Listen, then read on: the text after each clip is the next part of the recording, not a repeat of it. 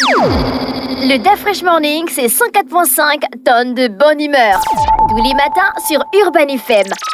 La meilleure radio de la capitale. La meilleure radio de la capitale.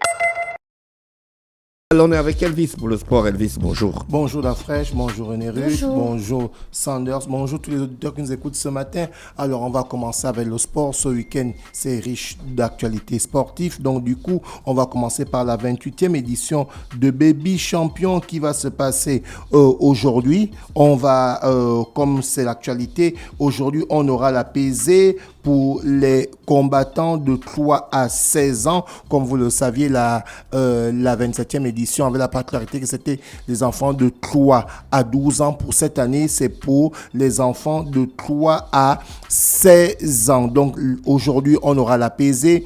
Samedi 21, on aura les combats qui vont commencer. Et le dimanche 22, on aura la fin de cette 28e édition de Baby Champion. Ensuite, aujourd'hui, du côté de la Ligue nationale de football professionnel, le championnat est bel et bien terminé, mais il y aura la cérémonie des récompenses. Qui a gagné le championnat? C'est Manga Sport qui a remporté le championnat de première division. Du côté de la deuxième division, c'est OGUFC qui a remporté le championnat de deuxième division. Non, cette année... Il y a la troisième. Il y avait la troisième. Oui, la troisième division, c'est organisée par la Fédération gabonaise de football. Est-ce que tu comprends? Mais la Ligue nationale de football organise le championnat de première et de deuxième division. Donc, pour cette année, il y a le retour de la cérémonie des prix appelée le Ndambo Foot. Donc, du coup, ça va se passer du côté d'un hôtel de la place où le président de la LINAF, avec son équipe, ils vont récompenser les acteurs qui nous ont donné beaucoup d'encre et de salive pour parler des différents articles qui sont sortis. Ceux qui ont évidemment brillé durant cette compétition. Donc, comme j'ai l'habitude de le dire, on aura plusieurs prix, à savoir le prix du meilleur entraîneur qui sera remis. Et là, nous avons 3 nominés, à savoir Alain Dusikedier de Stade Manji, Cédric Mapangou du Football Canon 105 et Kevin Jouni de Manga Sport. C'est le prix du meilleur entraîneur de l'année dénommé prix Trophée Alain Dacosta Suarez. Ensuite, on a le prix du meilleur joueur de la saison dénommé prix Théodore Zwingema. Et les nominés, nous avons Derrick Assoum du Football Canon 105, Prince Mouélé de Lambaréné Athletic Club et Samson Bingui de Manga Sport. Et toujours quand on continue dans ces prix, on a le titre du meilleur gardien qui est dénommé titre Germain Mendom. Avec les nominés, nous avons Pero Ndinga du Football Canon 105, Dalan Alogo de Manga Sport et François Junior Bekale de Manga Sport. Donc voici un peu quelques nominés pour ces Ndambo Foot pour la 3e édition. On souligne que la 2e et dernière édition s'était passée il y a 10 ans, dont la LINAF qui revient petit à petit au niveau de ces trophées pour couronner les acteurs qui ont marqué ce championnat. Et on a ce grand prix qui sera remis pour les footballeurs qui évoluent à l'étranger, à savoir le meilleur joueur gabonais évoluant à l'étranger. Nous avons les nominés, ils sont 5, à savoir Denis Bouanga de Los Angeles Galaxy, Pierre-Emerick Aubameyang qui évolue du côté de l'Arabie Saoudite, Kanga Gaylor du côté de l'Étoile Rouge de Belgrade en Serbie, Mario Lemina du côté de la Turquie à Galatasaray et Didier Non Ibrahim qui évolue du côté de l'Iran. Donc ce sont ces 5 qui ont été nominés pour le titre de meilleur joueur gabonais de l'étranger. Et nous connaissons déjà celui qui a terminé meilleur buteur du championnat. L'homme s'appelle Ndombitege Cruz qui a terminé avec 14 buts et il a remporté le championnat avec Manga Sport. Ensuite, en deuxième position, nous avons le deuxième meilleur buteur qui évolue du côté du Football Canon 105 qui a terminé deuxième du championnat, Nkeng Tadius qui a terminé deuxième meilleur buteur avec 12 buts. Ensuite, nous avons le joueur de l'Union sportive de Bitam, Ngomo Obianfredi avec 11 buts. Troisième est Mboko Ongwa Kevin, troisième ex-aequo avec 11 buts. Le même nombre de buts que Malik Evuna qui évoluait du côté de l'Ambaréné Athletic Club avec 11 buts. Donc voici le top 5 des meilleurs buteurs du championnat. Et pour la deuxième division, nous avons 3 équipes qui montent en première division, à savoir Stade Migovéen qui a remporté le championnat de deuxième division. Ensuite, Athletic Club d'Oyem qui a été vice-champion, qui monte aussi en première division. Et au GUFC qui a terminé troisième de ce championnat de deuxième division, qui monte aussi en première division. Et l'équipe qui vont descendre en troisième division, nous avons l'US Akanda et Adoma FC qui descendent du côté de la deuxième division. Toujours dans le sport, cette fois-ci, on va du côté de la 4e édition du All-Star Game qui va se passer du côté d'Ovendo. On a reçu l'invité Tony Boussougou, international gabonais, qui était ce mercredi ici du côté du studio V à Urban FM. Donc ce 21 juin, à partir de 12h00, rencontre sportive et évidemment, on aura dans cette rencontre du basketball, l'handisport pour handicapés et le taekwondo. Ce sera 4 générations des anciens basketteurs de l'ASNI qui vont se retrouver du côté du terrain de basket qui se trouve à l'ASNI au Vendo chez les sœurs. Et j'espère que ceux qui vont effectuer le déplacement vont pouvoir non seulement regarder des très bons matchs et pouvoir passer des bons moments avec leurs enfants, leurs amis et parents. D'après, je ne sais pas si tu as suivi, la Coupe du Monde des clubs se poursuit et on a eu quelques matchs hier, à savoir, on a Hussein qui était opposé à Mamelodi Sundowns de l'Afrique du Sud. Mamelodi Sundowns a remporté son premier match 1-0. C'est une fierté pour l'Afrique. Ensuite, on a le FC Monterrey qui a fait 1-1 face à l'Inter de Milan. C'est, on va dire quoi, une surprise parce que l'Inter de Milan est quand même vice-champion d'Europe. Ensuite, on a Manchester City qui a battu le WAC du Maroc 2-0. C'est normal, Manchester City est quand même champion d'Angleterre. Ah oui, Manchester City. Tu comprends que face à une équipe marocaine, ça fait pas le poids.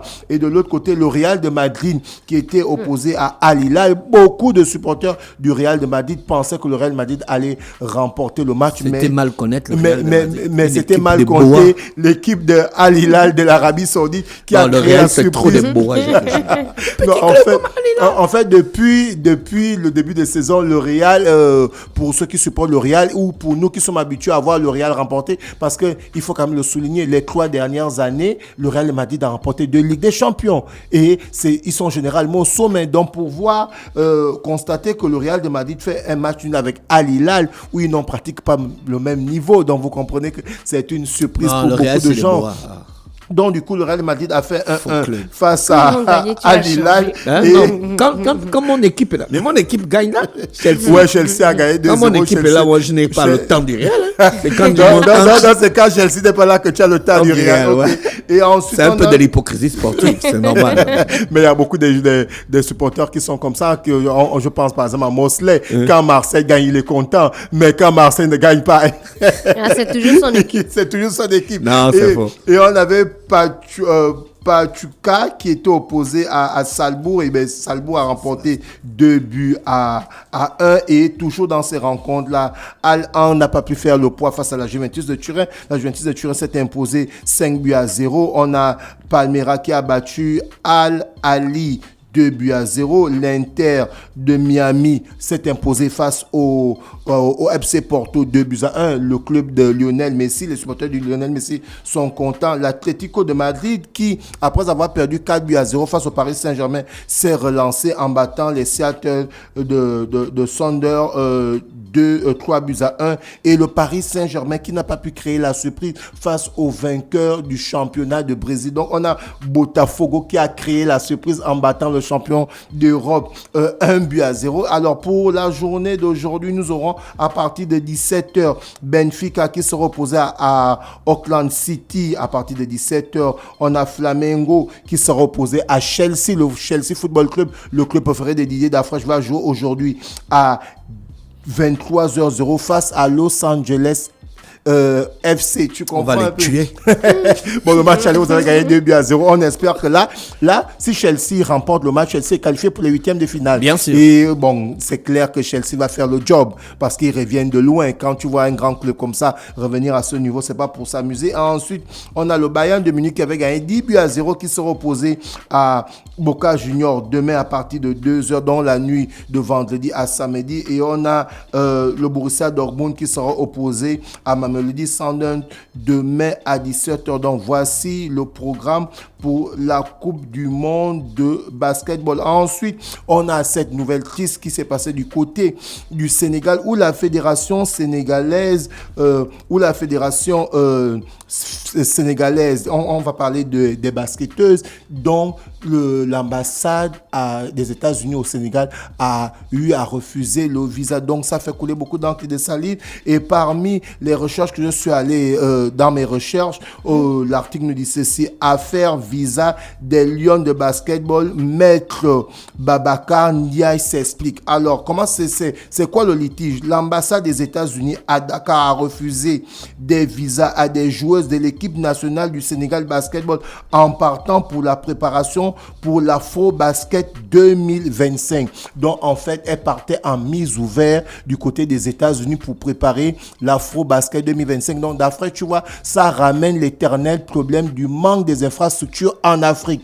Parce qu'il y a plusieurs pays quand même africains. On a eu la BL qui s'est passée du côté de l'Afrique du Sud. Ça s'était déjà passé du côté du Rwanda. Pourquoi les équipes africaines n'aiment pas aller en mise ouverte dans les équipes, dans les pays africains? On veut forcément aller en Europe ou aux États-Unis. Tu vois, là, c'est encore un pays africain qui se retrouve humilié parce qu'une grande nation de basketball comme le Sénégal, une grande nation comme le Sénégal se voit refuser des visas alors que derrière, c'est pour aller préparer on va dire quoi, l'afro-basketball pour ces basketteuses sénégalaises où on sait que certaines ont même joué. En général, les gars, ils vont chercher quoi dans les mises ouvertes? Les structures, non? Oui, les structures Les d'accueil. professionnels. Oui. Ils peuvent pas former chez eux. Voilà. Bon, c'est vrai que l'année, là, on va pas gagner parce qu'on n'a pas les bonnes structures. Mais si on met les moyens, dans 5-10 ans, on va gagner, on aura des bonnes structures, on aura des professionnels Bien sûr, qui vont nous suivre. Mais dès lors que nous avons déjà... Est-ce que c'est pas un peu bénéfique pour nous, ces décisions-là? C'est bénéfique pour nous lorsque les dirigeants sportifs ont la vision. Parce que voir... si je t'interdis un jour de venir manger chez moi, tu vas apprendre à préparer chez toi? Il y aura la bouffe dans ta maison. Non, là, ça c'est la logique. Mais je peux aussi continuer à aller manger les spaghettis viennent à la cafette. Tu comprends un peu? Ouais, c'est vrai, donc il y a ceux qui ne prennent pas ça. Mais après, ça va te coûter cher. Après, ça va coûter cher. Mais il y a ceux qui ne prennent pas ça de cette façon. D'après, ça fait longtemps qu'on parle de ces scandales. Tu te souviens, l'année dernière, on avait parlé des Lions indomptables du Cameroun qui n'avaient pas pu avoir les visas pour aller jouer une compétition. Bon, ça c'était pour aller jouer une compétition. Tu... Mais pour préparer son équipe. Tu peux préparer ton équipe dans ton pays? Oui, ou au pays voisin. On peut faire un beau centre de préparation à Mayumba. On dit que c'est une belle ville. Non, il y a la mer à côté, il y a des belles plages et tout ça. On peut créer un centre de préparation sportive. Bien sûr, bien sûr. Voilà pourquoi je dis. Avec des structures comme l'INGS en France. Il y a beaucoup de pays africains qui envoient mais la plupart des pays africains, ils vont là-bas. Est-ce que tu comprends? Donc, c'est aujourd'hui une sonnette d'alarme pour les pays africains noirs pour que nous commençons déjà à mettre les infrastructures dans nos pays pour qu'on ne se retrouve plus à avoir ce genre de problème en fait. Parce que une grande nation de sport comme le Sénégal, pour parler du basketball, se voit refuser les visas. Quand même, hein, au niveau du basket, le Sénégal, c'est une grande nation. Au niveau du basketball, chez les dames, le Sénégal est dans le top 4. C'est pas là-bas que la NBA organise la BIL. Non, c'est généralement au Rwanda. Et cette année, c'est en Afrique du Sud. Mais c'est là-bas que... c'est tournant, hein. Oui, c'est tournant. Mais c'est généralement au Sénégal qu'on a le camp de la NBA Africa. Est-ce que tu comprends un peu? Donc, c'est dire que... C'est absurde qu'on leur refuse les visas. Tu vois? Et pourquoi? Parce que cette équipe voulait aller se préparer. Est-ce qu'au Sénégal... Donald Trump a dit qu'on bloque d'abord. Mais il a dit ça, non? Oui, le Sénégal figure sur la liste des pays potentiellement Le Sénégal est dans la liste, il a donné visés. 60 jours. Il a dit on bloque d'abord, chacun vient justifier sa stratégie et puis moi je vais ouvrir. Ah, tu n'as pas suivi l'info? Si, j'ai l'info, mais là, quand même, on reste quand même dans le cadre du sport. On a dit on bloque. Là, quand même, il y a pas de là, quand même. On a dit on bloque pour 60 jours. On bloque.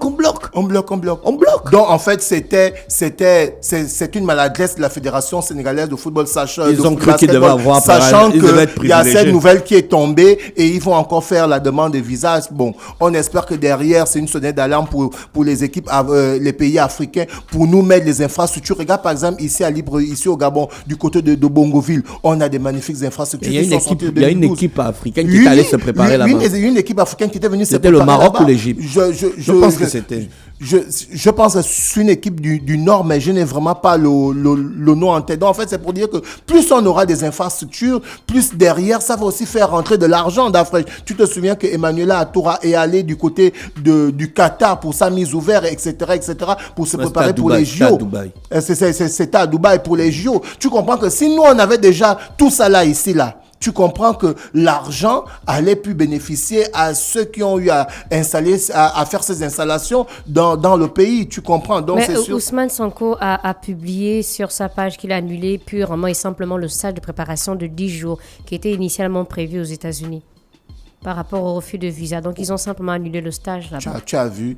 Et là, c'est cette équipe sénégalaise qui va se retrouver en train de... Ils vont faire le stage à domicile. Bon, évidemment qu'après une douche froide pareille, les autres étaient obligés de dire qu'ils vont faire le stage à la maison, vivement que ces Lions de basketball, pour parler du Sénégal, puissent très bien se préparer. Et c'est sur cette note triste qu'on va terminer, évidemment, cette rubrique sportive ce matin. Merci Elvis avec nous ce matin sur les 104.5 Urban FM, la station urbaine, dans l'UDA Fresh Morning, le réveil matinal le plus haut de la capitale, sur la radio la plus haute de la capitale. Le Da Fresh Morning, c'est 104.5 tonnes de bonne humeur. Tous les matins sur Urban FM, la meilleure radio de la capitale. La meilleure radio de la capitale.